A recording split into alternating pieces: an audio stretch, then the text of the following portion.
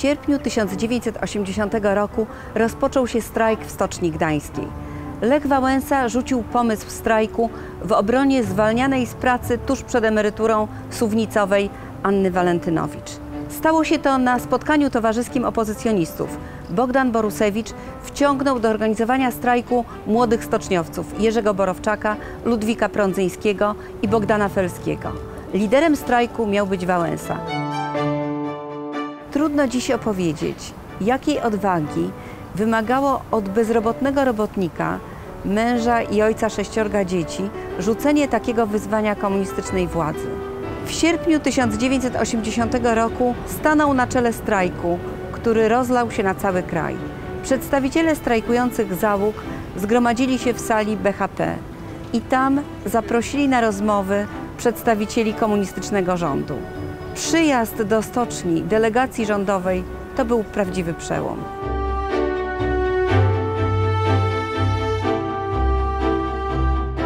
Codziennie w stoczni odbywały się modlitwy, a w niedzielę dla strajkujących i dla tłumów zbierających się po drugiej stronie bramy, by wesprzeć strajk, została odprawiona msza święta. Na stoczniowej bramie zawisł portret papieża Jana Pawła II i wizerunek Matki Bożej. Z tej bramy Lech Wałęsa codziennie wygłaszał komunikaty Międzyzakładowego Komitetu Strajkowego.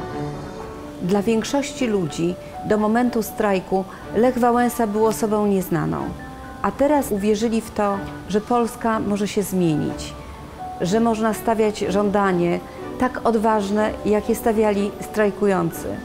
Tablice z 21 postulatami zawisły na bramie Stoczni Gdańskiej.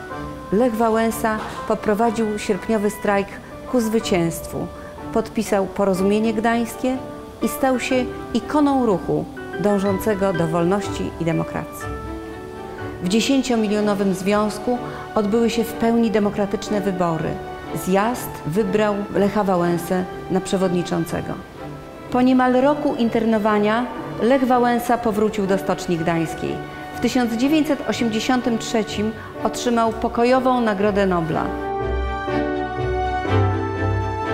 Pomoc papieża Jana Pawła II, jego przyjazd do Gdańska, kolejna fala strajków w roku 1988 i niesłabnące wsparcie międzynarodowej opinii publicznej.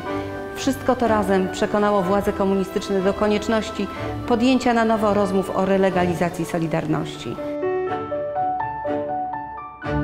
Rozmowy przy okrągłym stole przyniosły kompromis i nadzieję na niemal w pełni wolne wybory w roku 1989. Drużyna Lecha Wałęsy odniosła w tych wyborach zdecydowane zwycięstwo. W 1990 roku Lech Wałęsa został wybrany pierwszym prezydentem wolnej Polski w powszechnych, demokratycznych wyborach. Wkrótce Polska dołączyła do NATO i Unii Europejskiej. Dziś spełnia się testament poprzedniego pokolenia. W sierpniu 1980 roku taki scenariusz wydawał się zupełnie nieprawdopodobny. Nikt nie śmiał marzyć o takim zwycięstwie.